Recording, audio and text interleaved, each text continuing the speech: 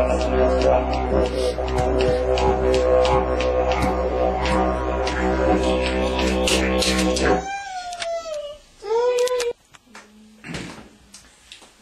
so you could start by telling a bit about yourself.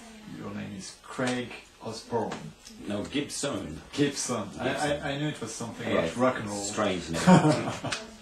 Yeah, I'm originally from Australia, and I was privileged to be born in the countryside, and we never had electricity, and we collected all of our drinking water because there was a big dry season, so we had to collect it in big tanks, and it was just beginning to become dependent on oil. Up until then, there were horses, and there was not very many machines. There were, of course, there was a few little cars, but that was just at the beginning. And then that, I give thanks that I experienced that in my childhood, because now in some senses we may need to rediscover some of the more simple lifestyle.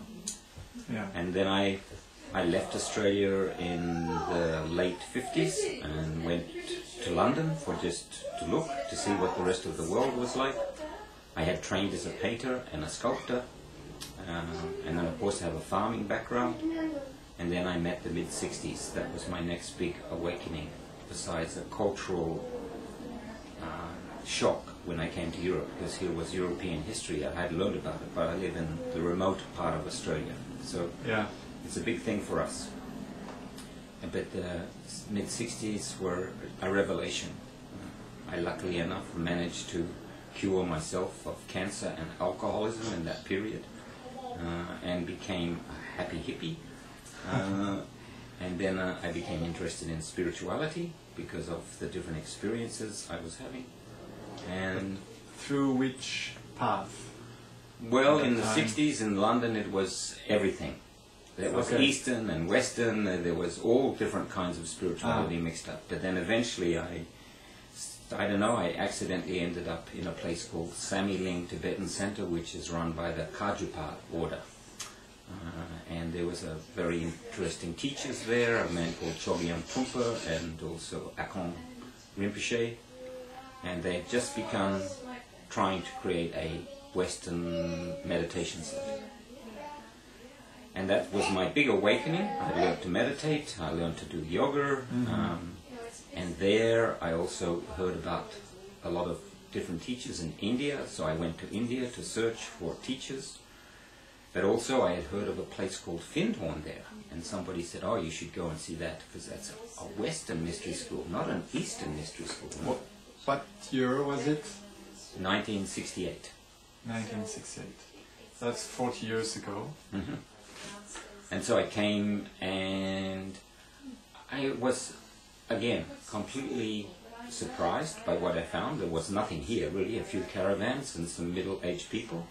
But they had such an interesting philosophy and spiritual attitude. Much of it very similar to Eastern mysticism, but it was also very strong, what they call the Western mysteries. I felt at home. I had never felt such a sense of freedom, and they allowed you to practice any which way you wanted to, so I could continue with my Buddhist practice, but also they talked about co-creation with nature.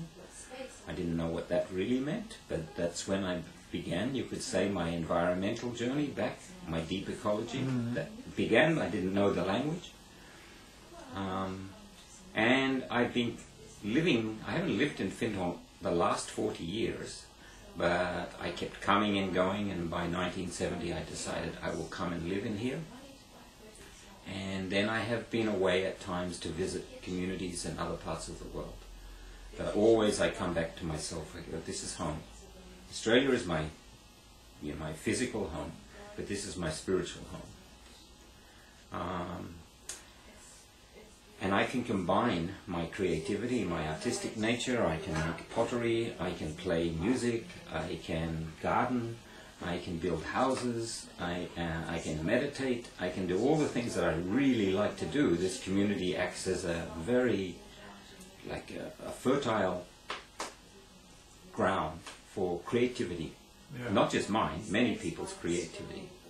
Yeah, creativity in many meanings of the world.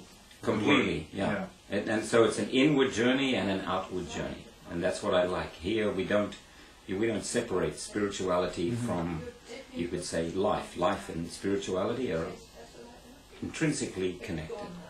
And so we would think of, like here, we would try to talk of a secular enlightenment instead of a monastic enlightenment. Like living an ordinary life with all of the wonderful things that life offers, and still attempting to reach a higher state of consciousness.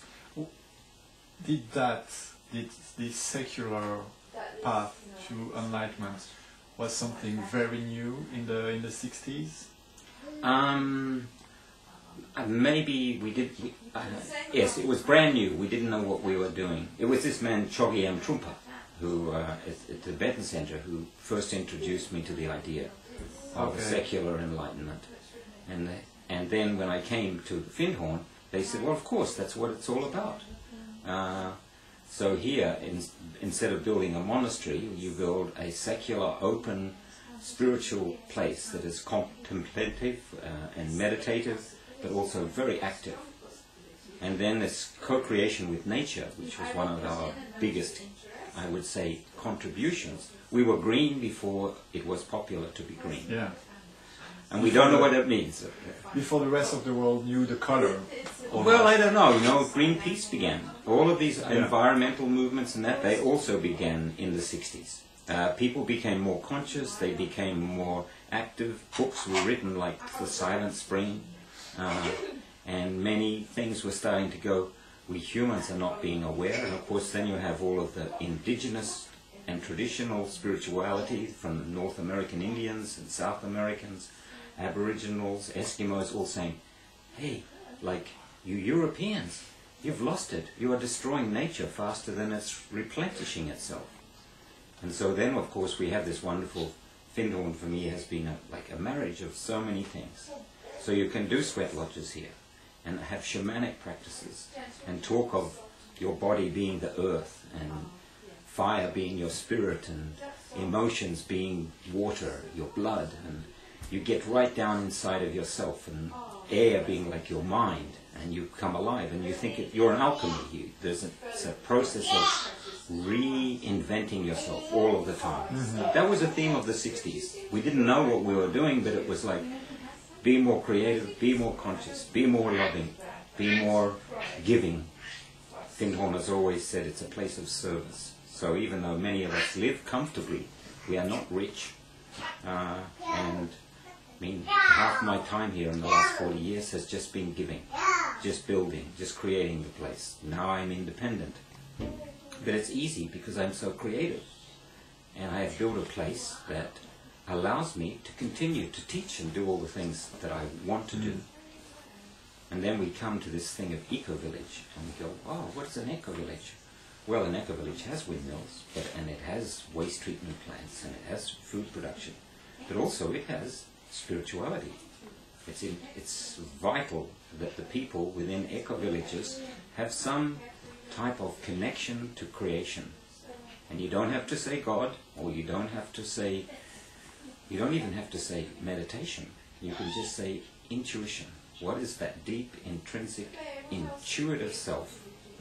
The thing you know. Something happens inside, and you know you have to do this.